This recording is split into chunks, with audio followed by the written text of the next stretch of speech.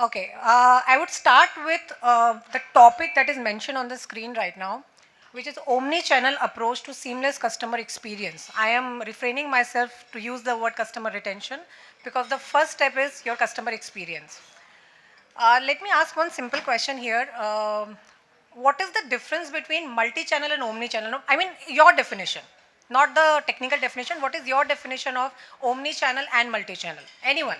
I see a bunch of familiar faces that have attended my workshops. I'm expecting answers from you guys. If you don't answer this question, I will bring you in for another workshop. Anyone, please give an attempt. There is no right or wrong answer. Maybe I will also learn. Yeah, please. Thank you, sir. So basically, multi-channel is like omni-channel. I'll say offline, online, both. It is like you're universally present in wherever the customer goes, be it marketplace, be it any kind of mom and pop store or online, be anywhere. And multi-channel, according to me, is like all those channels where you reach out the customer to, for example, WhatsApp or an SMS or say app notification or email, something like that. So. Okay. To some extent, yes. Anybody else want to make an attempt? Okay. So, multi-channel is where we are reaching out to the customer through different paths. I can reach out to the customer through my website, through my app, and I can have an offline channel as well. Omni-channel is basically to give one. I'm so sorry. Omni-channel is basically giving one experience across all your channels. So customers should not feel that the website experience is different from when I'm talking to the organization people. It is saying something different. Now, before attempting to even explain about how omni-channel experience is leading to the great customer retention or great customer experience, I would like to take two steps back here.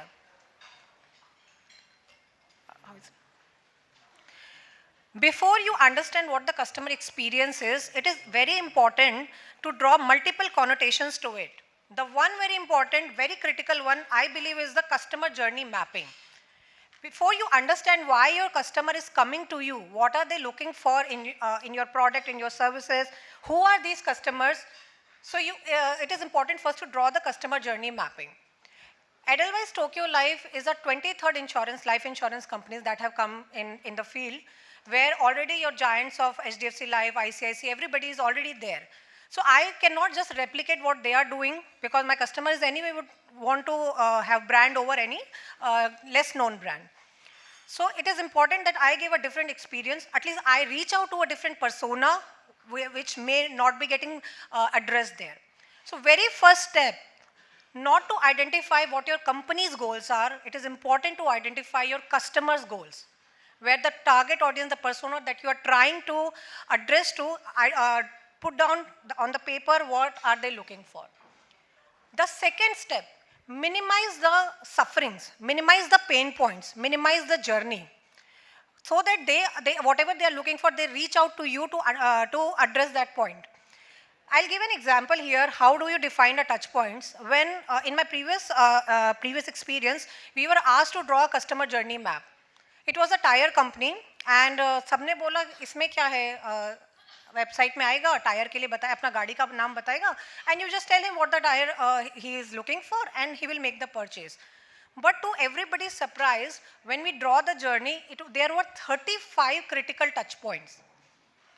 Can you imagine in a tire company? So imagine in a finance sector where the products and services are very complex. People take time to even understand what the product is. So imagine their journeys to your platform, their journeys to your salespeople. Now, once I've identified all the critical touch points, I understood, okay, these are the 5 very important steps that my customer will reach out to my organization, and I will have to make better, give the better experience. The third important point is now undiscover opportunities in those pain points. I cannot make wow factor for all those 35 critical touch points that I had identified because it requires time, it requires resources, and we all understand what are other things that go into when you want to spend money. So prioritize your touch points.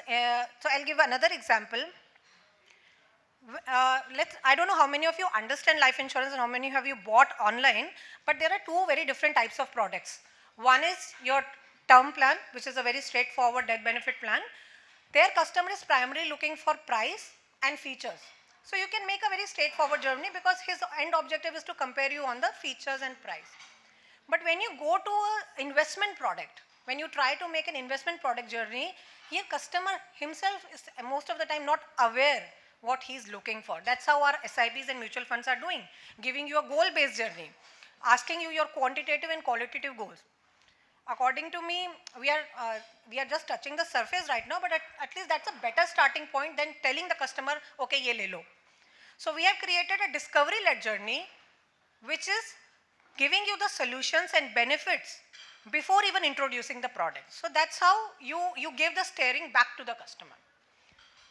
Customer journey. Monica, before you move on, right? Yeah. I want to ask this question on behalf of everybody. Please. You mentioned there are 35 touch points in just a tire buying journey. How do you narrow down to these 35 touch points, right? How do you create this ideal customer journey map? So I'll use that example only. When we identify those 35 critical touch points, the most important thing what we identified is what our company's objectives are also linked to that thing.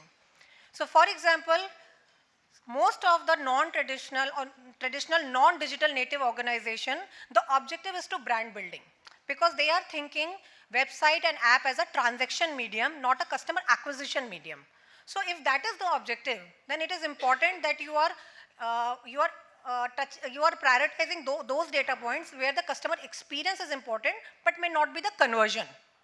So if I go back to the tire side, the important was when the customer is looking for registration, he does not have to type the tire number for the registration purpose. He can click a pic and just you do the OCR thing and convert it into a number and then give him the warranty.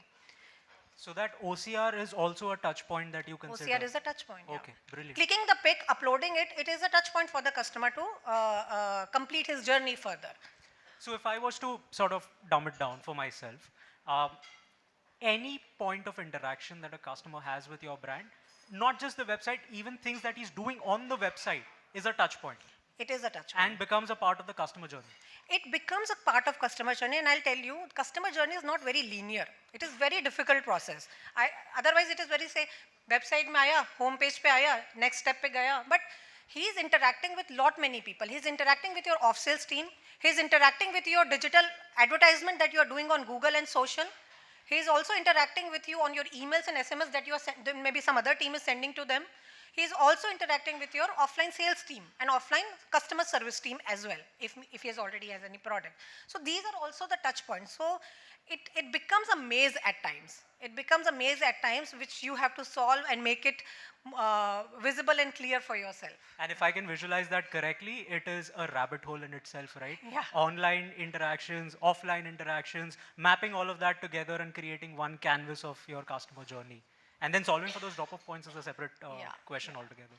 So leading to this point, Chirag, one thing is what we have done in our company. So in life insurance, we look after online space to start with. And then in online space, we have our website. We all understand life insurance is not a pure e-commerce. It is more assisted sales. And that makes me ask this question. Anyone has bought any life insurance without any offline assistance? Please raise your hand. I would be glad to see. Super. I have one taker. Nice. Which one? If you can answer. Bajaj Allianz. Was it a term product or is it investment? Term product, yeah.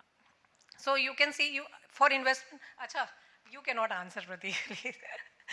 So it is very difficult to buy life insurance online end-to-end by yourself, not because the products are difficult, because we are not seeing life insurance as an investment objective. We go to SIPs, we go to other investment products, even for that matter FDs, but we don't come to life insurance for investment purpose. We come for most tax saving purposes. But okay, I'm not advertising life insurance here, let's stop it. So anyway, so this is the part that I was talking about, that customer journey is a non-linear process, and it requires a lot of effort and a lot of drawing board exercises. Yeah? Now, once you define your customer journey map, what is the next step? The next step, I have written 2 statements here, and I believe some of them will be in favor of left or some of them will be in the favor of right. Please read those 2 statements, and I can read it for you as well. But please read those statements, and I want you to raise your hands if you and your organization believes in left. Please raise your hand for left. Acha, I'll give you 1 minute to read. Please read both the statements.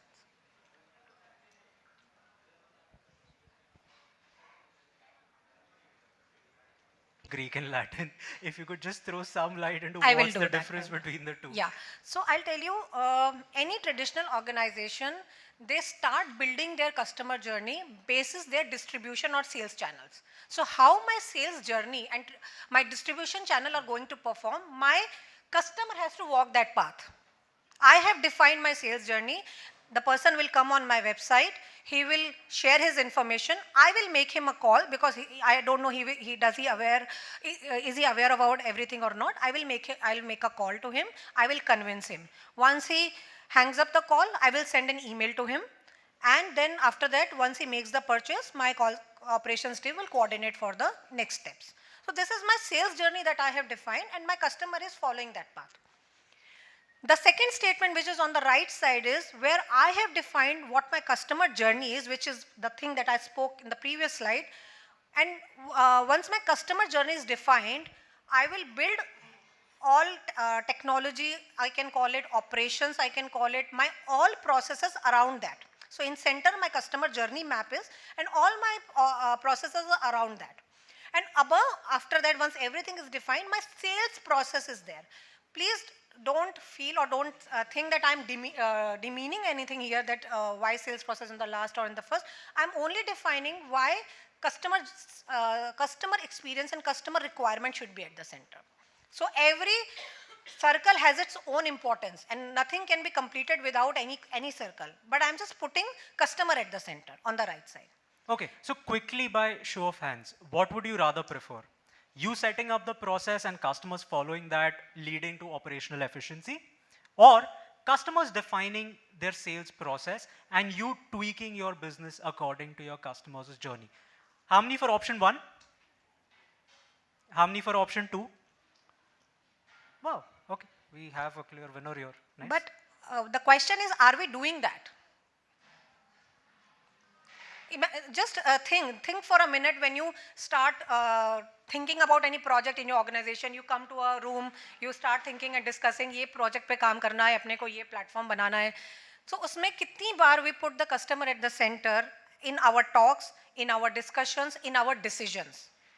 And if we do, that's a very, very, I'm very glad to hear that I didn't get that answer.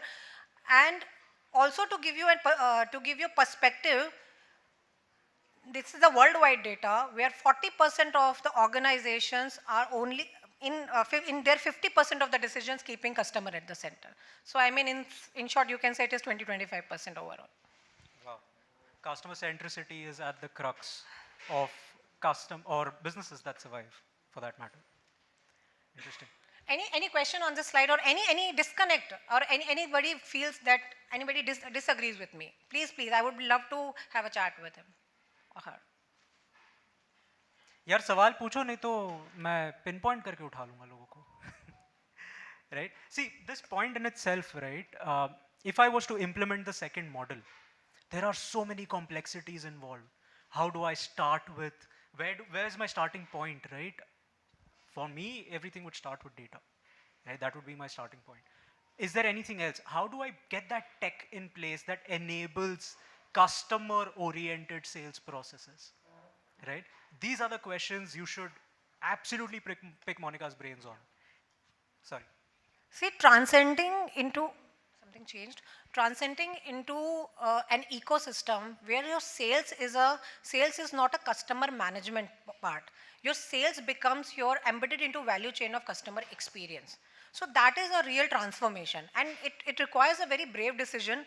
And it is not like overnight you can do it, because your the tech architecture in your organization, your sales operations architecture in your organizations are set and well stable. So at that point in time, if you come and say, "Nahi, ye change karte hain," it's not. But it is a culture that we have to start building in our conversation, in our project to project discussions. It's a very theoretical slide, and I'm sure we all know it about it. But when we talk about the customer journey map, we build our sales journey map over on top of it. We ensure that our operations, your sales and operations are around it. Your technology is around it, and then what is the most important thing? First is take a proactive approach. हमने क्या बात किया? First we had said that let's have all the touch points defined. Prioritize your touch points. That in touch points where I want to give a wow factor to my customer. Once you have prioritized those touch points, please take a proactive approach. Generally what we do when the customer complaints come to us, we try to sort some of the things. And we solve only for that customer, most of the times I've seen. Rather than changing ki ye identify ho gaya, let's change this particular path. So that's what I mean by being a proactive approach. Very attached to the second point, engage with all stakeholders. Your pre-sales process, your during the sales process, and your post-sales process. All stakeholders should have common information about your customers. When I go to these new startups and online startups, what I see that they have given all your contact details to reach out to them. Your Insta handle, your email, your phone number. When I reach out to the Insta handle, कि ये problem हो रहा है मुझे, I'm not getting my refund, or for that matter any particular issue. If they are not responding, or if they are not solving my problem, as a customer, I am very perseverant. I want my money back. So I will go to Facebook, I will go to email, I will call them 10 times. But what is the biggest problem that I face? Not that my money is not coming back, that I have to repeat each and everything every time. I am getting different responses from all the stakeholders of the organization. For me, it's just one company. I'm getting different responses from them, which is more irritating than not just getting your money back. So it is important that all your stakeholders have common data. They all are looking at the customer as one, your CRM, or what you call your marketing tool, or your website backend database, whatever you are using, please ensure that it is integrated with your common database, which is being seen by everybody. Everybody may not need all the information. So hence, how do we define that operations need X kind of information, my sales agent need X kind of information? That is how you can make the control of the data. Yeah, Jay. So interestingly, Monica touched on two very interesting aspects, right? One is killing data silos. Operational efficiency comes from unified data, and data silos will cost you millions of dollars. The smaller the organization, the more agile it is, but the more legacy you go, the bigger you become. Data silos become more and more prominent. Your customer support team has some data, your marketing team needs access to that data. If that bridge is not already established, you're losing out on information that is valuable to you. Point one. Point two, when you're bringing about changes in technology, when you're bringing about changes in processes, there's a lot of friction. Because a new tech will come with a new data point. Data brings transparency. That leads to performance-related issues being highlighted, and which is why change management is a multi-billion-dollar industry by itself. You have consultants who only come in and teach you how to use a tool the right way. So it's a mindset shift. You need people to buy into the new idea of getting a new platform, a new operational process in place. Exactly. And the third point is personalize the customer experience. Very abusive word, I should say, because personalization, hyper-personalization, we all hear all the time. But I really want to understand from you, and now everybody has to wake up, lunchtime ho gaya bahut zyada. Please tell me, what do we mean by, and as a customer, please answer. You don't need to answer what as a marketeer, but as a customer, what do you mean by personalized experience? What do you want? Anyone, please? First benchers. I want somebody from the back benchers to answer. Okay. What is a personalized experience according to you? Yes, sir.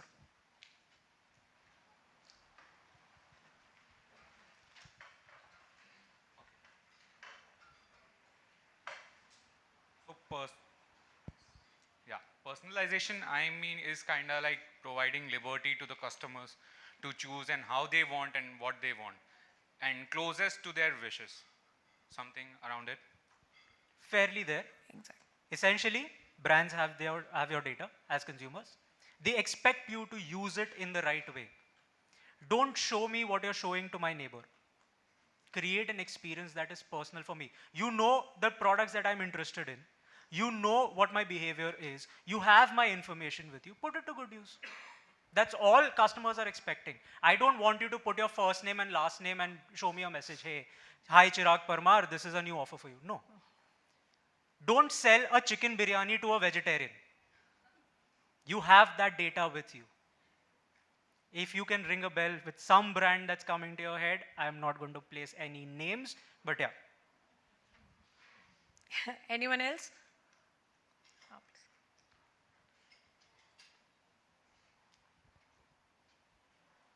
Yeah. So since we were talking about food, so I'll just come up with an example.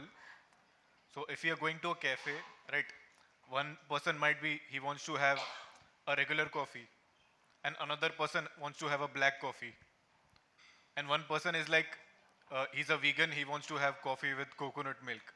So that can be customization in one way, giving a lot of Absolutely, options. absolutely. Another example that Starbucks does really well, Yeah, I was about. it's the same coffee they're serving to everybody, they just write their name on it. That's a personal experience for me, right? It could be as small as writing a name, or to even smiling at a customer who's been visiting every day to your store, to as large as recommending products based on their past behavior. The moment a customer walks into my store, I know exactly what he's going to buy because he's been buying the same thing for the last 6, 7 times. All of this counts as personalization. Exactly. So, 2 points or 2 bits that as a consumer, I always want is my brand or wherever I'm going to make a purchase as a product or service, they are keeping me at center. They are considering my requirement as their priority. If they are able, if they are doing it or not doing it, but if they are able to pass this sentiment, I am very much likely that I'm not going to complain against that brand openly, even if something happens. The second is what Chirag has mentioned also is the data. We take a lot of data from the customers and at different stages, and that is where multi-channel and omni-channel also comes into play. My company has 8 channels to reach out to the customer. And there are times when 3 or 4 are reaching out to the one customer. But what is happening? The customer experience, customer persona is defined by the acquisition channel. Because I will not, मैं अपना data दूसरे को नहीं दूंगा, दूसरा मुझे नहीं देगा. That is what happening on the ground. And that is where customer is getting irritated कि बताया था ना क्या चाहिए, why your company is coming back and asking again. Same is replicating now in the digital world. When I have filled a form, any long lengthy form of any financial thing, or maybe I have taken something into cart, and next time I go, if that is not there in the cart, it is a very frustrating experience. So that is where this login and all those come. Though I believe that even without logins and all, you can do all those things, but your organizations also need data. So that is what, I know the sales journey and the customer journey have many other parameters. I have narrowed it down to only 3 because you can make it as complex as possible, but it is important that these are the 3 top focus which I have followed in our organization with my team, and we have seen successes. Okay. इतना हो गया ज्ञान, customer journey बनाएंगे, sales journey बनाएंगे, एक ही channel रखेंगे, एक ही experience देंगे, करेंगे कैसे? It should not be basis any book, it should not be basis any hunch, it should not be basis any person's past or current experience. It has to be basis the data. I know, and I'm sorry that I have put a very controversial statement here, that internal, external stakeholders not driving organization success, but data. But I really believe in it. Every individual has its own importance in the organization role, but data has the tremendous advantages that today's companies can take. Today, data is not just for driving decisions. It is not only just to make a decision, but data is making you open new revenue streams. You take the example of GE and Teslas. They are making the products, but now they know the data through IoTs and everything, how their customers are using their product. They have shifted their, not shifted basically, they have opened their alternate channels also to earn revenue. So first start with please augmenting data. When I started my career long back, and the first thing that my manager had told me, I was doing the email marketing, affiliate marketing, basics of the digital marketing, and he said, ये सबका data कहाँ है? तो मैंने कहा इन सबका इतना क्या ज़रूरत है? तो उसने बोला, even though you don't know why do you need that data today, please collect it, because today or tomorrow you will surely need it, or at least you know if your company, organization in different departments will need it. So I really believe in that point now. Augmenting data, increase the sources from where you are getting the data. If you're creating a platform, please ensure that your customer behaviors are getting stored somewhere. You may not be doing anything today with that, but definitely it is going to help tomorrow when you start doing marketing for those customers. Holistic transformation, I touched upon this point. The data that I need today, what we said that the data that maybe salesperson need today, the details of the customer. Tomorrow the marketing person will also need that data. Then how do I reach out to these kind of people? नहीं तो क्या हो रहा है, sales वाला अपना sales pitch के लिए वो डेटा यूज कर रहा है, but your marketing team is doing their own marketing because they are not well versed with your data. They are not realizing that हमारी कंपनी किस टाइप के कस्टमर्स के पास जा रही है. This is the third point that we discussed. It is equivalent to your touch points. Prioritize your revenue impacting data. Eventually, everything that we are doing, giving good customer experience, creating good technology, good platform, good sales team for the revenue. So we cannot ignore this part practically. So hence, prioritize revenue impacting data. And last 2 point is very important, the automated marketing and improve risk management, especially in the financial sector. Your automated marketing, your basic marketing should get killed now, and that should, I mean, we should not be creating a segment and then sending out an email to this kind of segment. All this need to be automated. Your journeys, when you read your journeys, you know that what are your drop points. When you know your drop points, you please put your nudges and alerts at those drop points rather than changing the entire journey. Because your customers are dropping from point A, maybe there is some reason. Either it is a complicated, it is not very easily understood. Put example, put nudges, help the customer move from left to right. And the risk management is very critical in financial sector, because everybody who is coming to buy insurance, organizations cannot give insurance to everybody. They have to do the risk management. So why to tell the customer at the last stage? Ki first make the payment, then I'll tell you, मैं दे सकता हूँ कि नहीं. So using your data at the start of the application, using your data at the start of your marketing, please reach out to the right customer. And once they come to you, you know that they are the right for you, and hence it should be like 90 to 95% conversion for you. Any question here at this point? Chirag, you want to add? Fairly self-explanatory. Yeah.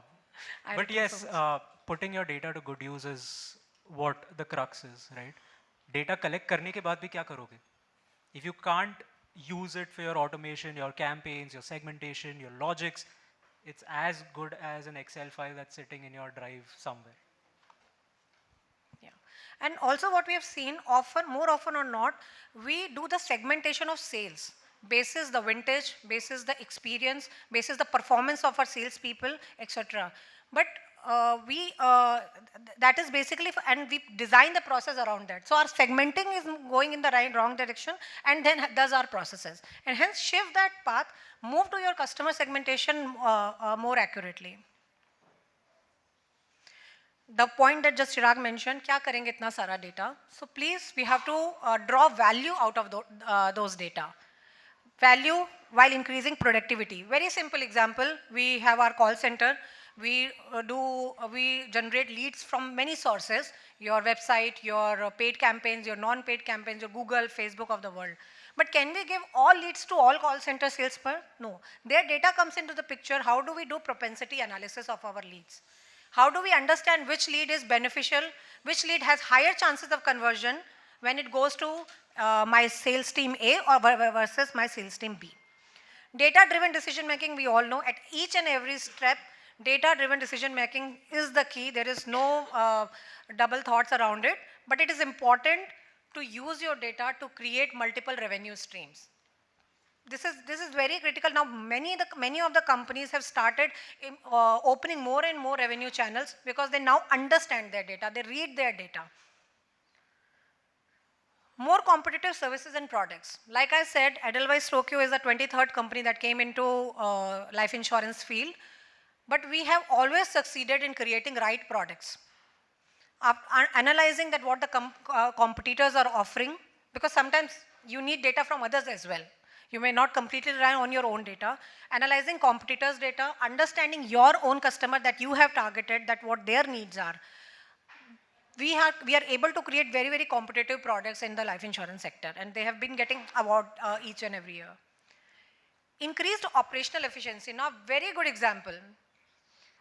In the life insurance sector, when somebody is making a payment, and most of you who have bought, they know that once you make the payment, doesn't mean that you have purchased the policy. It means the process of your issuance have now started. Now what happens? As a customer, I call the company 10 times. कि मेरी policy का क्या हुआ, क्या हो रहा है, मेरे मेडिकल्स के लिए मुझे कब जाना है, मेरे डॉक्यूमेंट्स के लिए क्यों वापस कॉल्स आ रहे हैं, all those things they are keep getting calls, and there are 6 to 7 quality checks that we do before we can issue a policy to the user. Now imagine all this data when the medicals are scheduled is in one system, where the policy is in terms of quality check is in one system, the actual customer details is in one CRM. So when the customer is calling, first of all, why should he call? Because in the digital world, you should all integrate all the data and show him the actual outcome and even show him the tats. So that is where your operational efficiency comes into play, where you integrate all your data across your internal systems and integrate with your external system so that the human intervention can be reduced. Because human intervention is the place where you can give a very customer experience, not unified customer experience.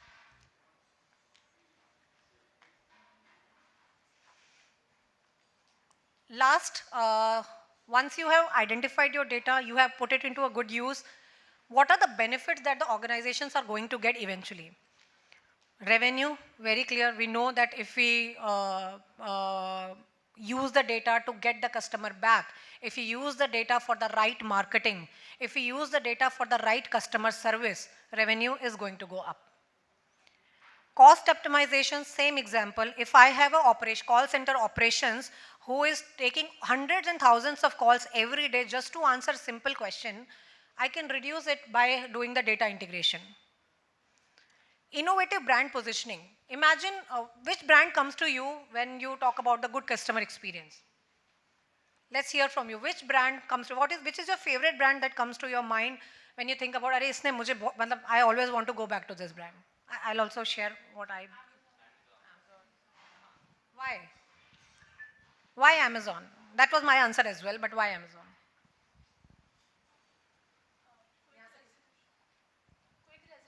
Quick resolution. Fairly straightforward platform, easy to use. But I'll touch upon her answer, quick resolution. How are they able to give you quick resolution?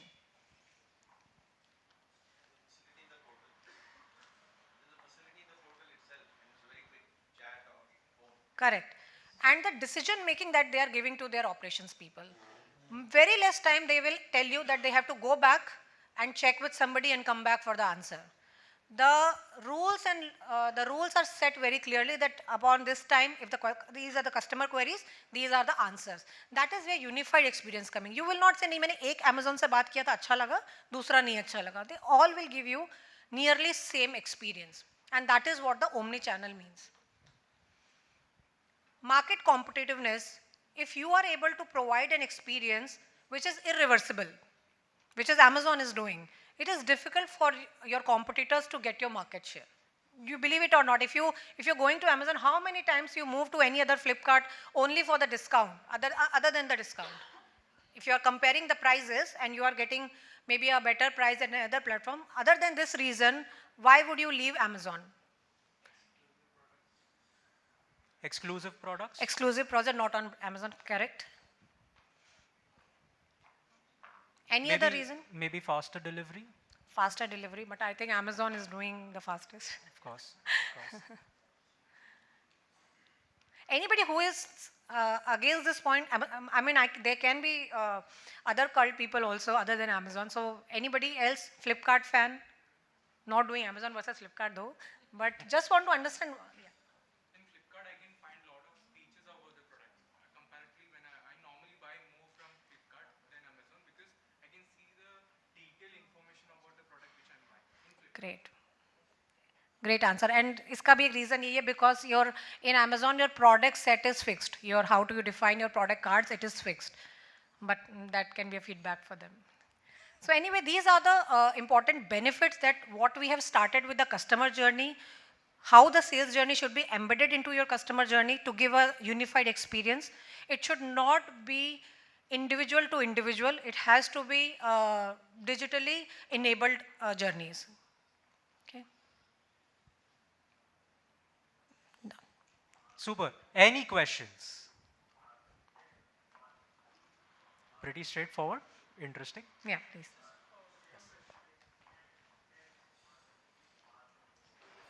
So I just had one question around, so I run a subscription business, right? So as you mentioned that there are ways of getting subscriptions refunds, right? You could go to Instagram, you could go to maybe Facebook, WhatsApp. But at the end, that's what we have realized that, it boils down to where is the actual user coming up to.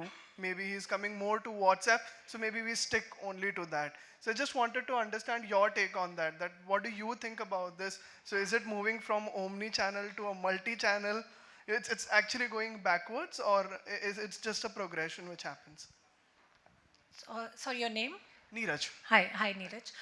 So the answer to this is, and there is no straightforward answer because it also depends on your business stage. So if, for example, I cannot name an organization because it's still building up. So there what they have clearly decided that they will put only one channel to start with, at least for a couple of years till that time it is stabilized.